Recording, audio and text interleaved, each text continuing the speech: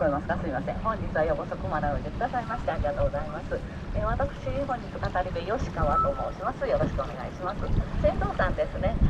内越さんと佐野さんが今日はお二人乗ってくれてます。今から約2時間余りですね、お付き合いお願いいたします。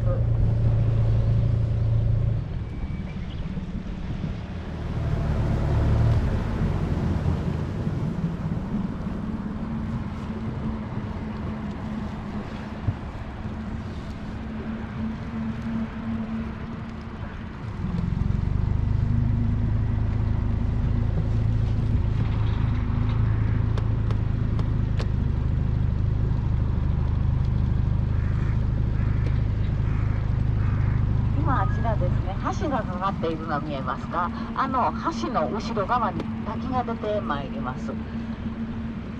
白い布を垂らしているように見えるところから布引の滝という名前で呼ばれてますけれども、今日はちょっと水量の方がね心配なんですけどね。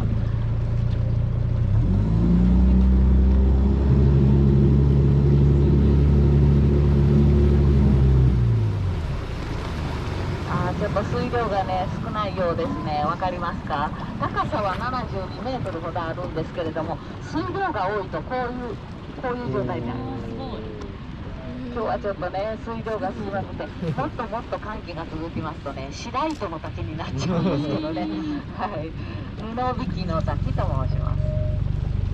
熊の左手に崖のように岩が見えておりますね。ここです。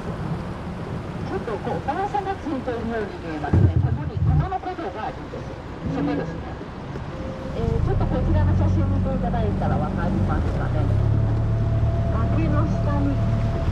この細い道が本当に1キロほど歩かないかぐらいの熊の古道があります。千字通りといいまして、千字とは天皇の役目を多く使った方ですね。その方でさえですね、あまりの危険さにここまで来て引き返してしまったというのがあります。ずっとね続いていたんですけどね、こちらに今滝が見えておりますが、こちらの滝2011年の台風12号が来た時にできた滝なんですね。もともとこの今橋が見えますけれども、橋なんてなくてずっと、岩と山でつながっていたんです。ところが上からですね、崖崩れを起こしまして、この今下にゴロゴロと転がっている岩はその時のものですね。そして谷ができて、そこに水が流れ出したので名前は付けられておりません。すでにもう今年で10年目になりますけどね、まだ名前はありません。それに比べてあちらの滝ですね、あちらはもうかなり昔からある滝なんですけれども、一年中結構水量が多い滝でもあります。なんと名前が2つあります。葵の滝、昔徳川の殿様が和歌山の徳川の殿様がこの滝を見て美しいと褒めてくれたところから徳川家の御門の葵をいただきました。そして現在は白見の滝とも呼んでおります。名前が2つあるんですね。2つも持っている滝と名前の付けられていないとても対照的な滝でございます。こちらもやはりですね、水量が左右されるんですね。雨量によって左右されます。本当にもう市街との滝になることもございます。お客さんの中にはね、一つあげたらいいんじゃないかという方もいらっしゃるんですけど、多分こちらの滝が起こると思いますので、はい、未だに名前はありません。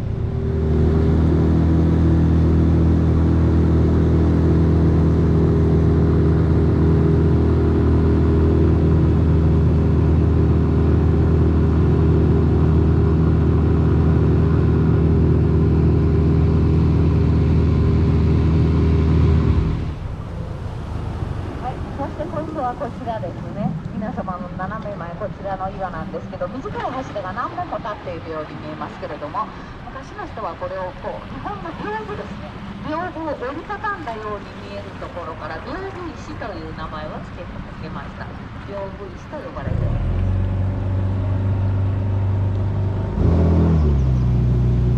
皆様の右側にですね、ちょっと上へ行くような道がついているの分かりますか。あちらも腰の道なんです。今のようにこの今車が通っておりますね、立派な道なんかない時ですね、ここを通ったそうなんですね。もう多分今の方へ、お猿いましたお猿さんいたそうですね。そしてこちらの岩ですね、斜めに何か線が入っているように見えますけれども、風になびいているように見えるところからなびき石という名前が付けられております。この、上流ですね、この熊野川の上流には本宮大社様がございます。本宮大社に向かってなびいていると言われるなびき石でございます。高さは50メートルほどございます。上の木の部分にはね、鳥たちが巣を作ったりして子育てなんかもしております。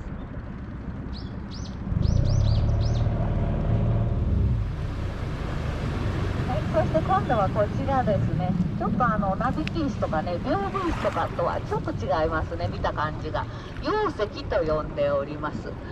今から1500万年前、この辺り一帯はですね、大きなカルデラの火山帯だったんですね。もちろん今、私たちが今この船で浮いているところ海中でした。そして海がだんだん退化していってですね、川ができてきたんですけれども、その時に海中から顔を出してマグマが冷えて固まったものですね。溶石と呼んでおります。昔の方はね、こちら男性自身に見えるとも言われておりました。そうしますと隕石というのが必ずございますが、女性を表す隕石はこちらの高い山ですね。高い山の一番上からですね、ずーっと視線を真ん中の方、やや下の方に下ろしてきますと、三角形のようなちょっと洞窟のようなものがあるんです。わかりますか？そこですね。はい、あちらが女性を表す隕石と呼ばれております。陰と陽が向かい合っている形ですね。その横ですね。はい、そしてこの船がね進んでいます前ですね、もう横になりますけど、岩にですね何か張り付いているの分かりますか？苔なんですけれども、この真横です。なんか丸いものが4つぐらいちょっとあるように見えますね。あちら天然の苔が張り付いたものなんですけど、一番上ですね、ちょっと何かの動物の形に見えるというんですか。何の動物に見えますか皆さん？一番上がちょっと一番分かりやすいかなと思うんですけどね。パンダという方もいらっしゃいますしね、十二支の中の一つお猿さんですね。猿に見えるということですね。一番上が天然の苔なんですけどね、2011年の台風の時もね流されずにそのままとどまってくれております。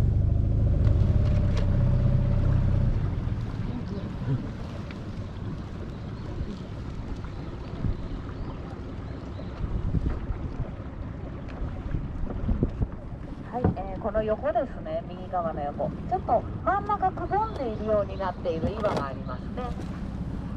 はい、その前にですね、すいません、ちょっと船頭さん船つけて上陸しいたします。そして先ほどの骨島ですね、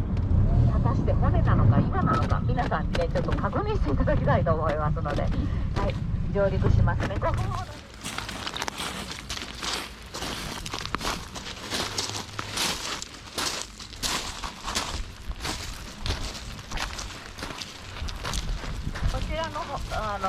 ちょっともう正解は骨じゃなくて岩なんですけどね、こちらの方の岩見ていただいたら、ちょっとこうところどころにですね違う種類の石が、そこらもそうなんですけどね、入っていると思います。見えると思いますね。こちらもマグマなんですね。こう地上から吹き上げてきてですね、吹き上げてくるときに周りの地層の石をこう取り込んできます。それで冷えて固まると、まるでね種類の違う岩が中に入ってるっていう形になりますね。本当にね、その下なんかも白なんですけどね、そこらもちょっと白いですけど、上行くにつれてちょっと黒くなっちゃってますね。形もねちょっと変わってますよね。晴れてるとね、もうちょっと川の色もエメラルドグリーンで綺麗なんですけど、今日は少しちょっと濁っている感じですね。上流にはダムがたくさんあると申しましたが、十津川水系11個ぐらいありますね。ほとんどが発電用のダムなんですけれども、十津川水系はやはり地盤が緩いですから、ダムの中に水を流してくるときに土砂も多少流れ込みます。そしてダムが放流すると、やはり本流の方が土砂も入ってきますんでね、少し濁っちゃう状態ですね。まあお天気の関係もあるんですけどね、今日はね。これではなくて岩でございます。はい、そしてこの横ですね、ちょっと先ほど説明しかけたんですが、このくぼんでいるところ、そして今にも落ちそうな上の岩ありますね。これを続けてみますと、お寺の釣り鐘ですね、釣り鐘を伏せているように見えるところから釣り鐘石という名前で呼ばれております。そしてなんとこの上の岩ぶら下がってるようなんですけどね、この岩本当に水中に落ちてしまう時はこの世が終わると言われております。こちらですね、イルカの顔がね浮かび上がってきてるんですけど、この横丸くくぼんでいる小さいところありますね。こちらをイルカの目に見立てますと、口を上に上げて水中から顔を出しているイルカに見えるというんですけど、いかがでしょうか。丸い小さい穴はね、イルカの目なんですね。私たちが開けたものではありません。自然とああいう風に丸くくぼんでいるんですね。はい、そして皆様に質問なんですが、この辺りの深さですね、この川舟下りのルートの中では一番深い場所なんですが、何メートルぐらいあると思いますか。ここら辺りですね。もちろんそこなんて見えません。どれぐらいあると思いますか。5メートルっていう人いますか。5メートルぐらい、10メートルっていうぐらいの、はい、大体ね5メートル10メートルが多いんですけれども、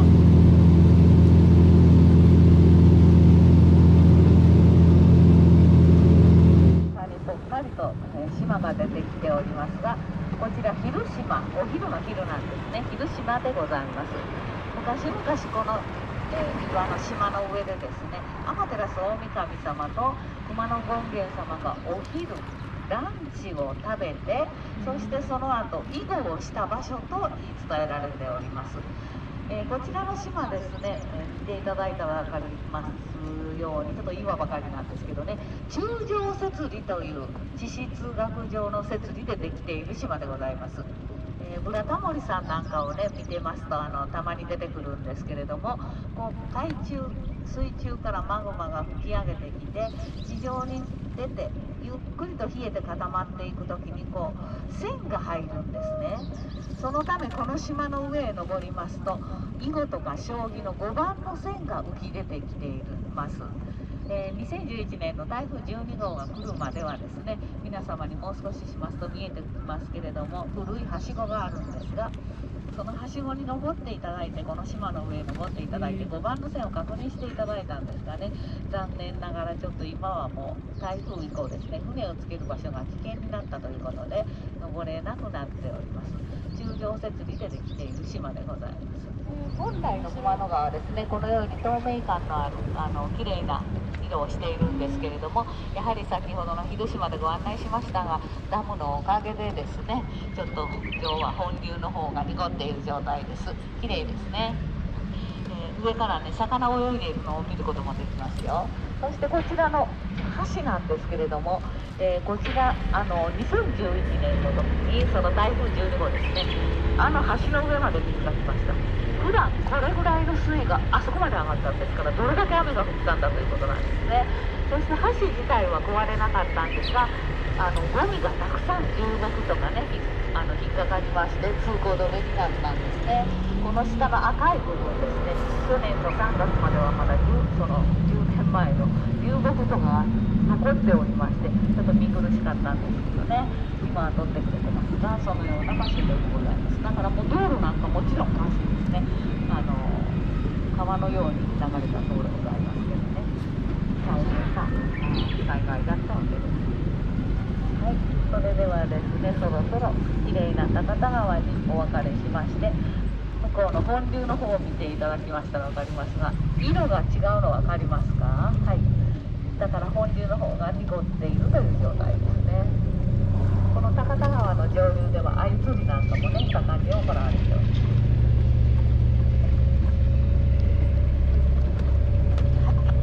先ほどのね、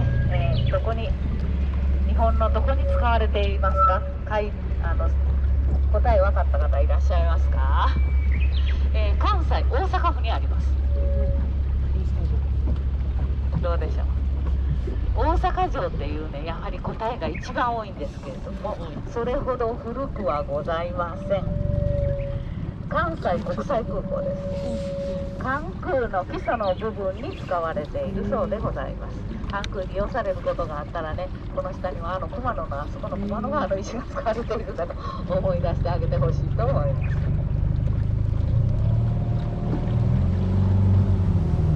皆様の目の前にですね、山がずらっと連なっておりますが、神様が住んでいると言われている権現山、千穂ヶ峰と申します。この山の向こう側、早玉大社様の元宮と言われる上倉神社というのがございます。ちょっと写真があるんですが、見えますか、後ろの方。はい、この大きな岩がね見えていると思うんですが、この岩の上にですね、熊野三山の神々となられる方が初めて降り立った場所として世界遺産に登録されております。そして、もともとはこの今お社が建っておりますけれども、昔はですね、この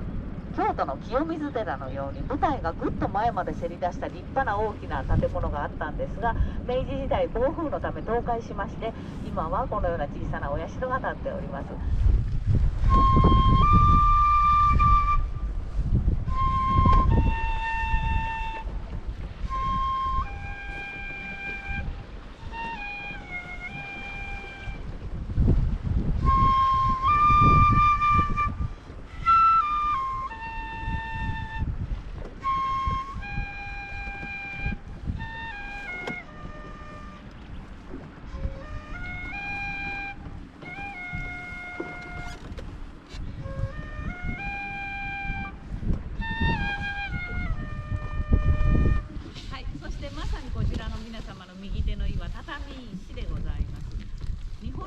畳ですね、畳を縦にして立てかけているように見えるところから畳石100枚あるそうでございますけれども、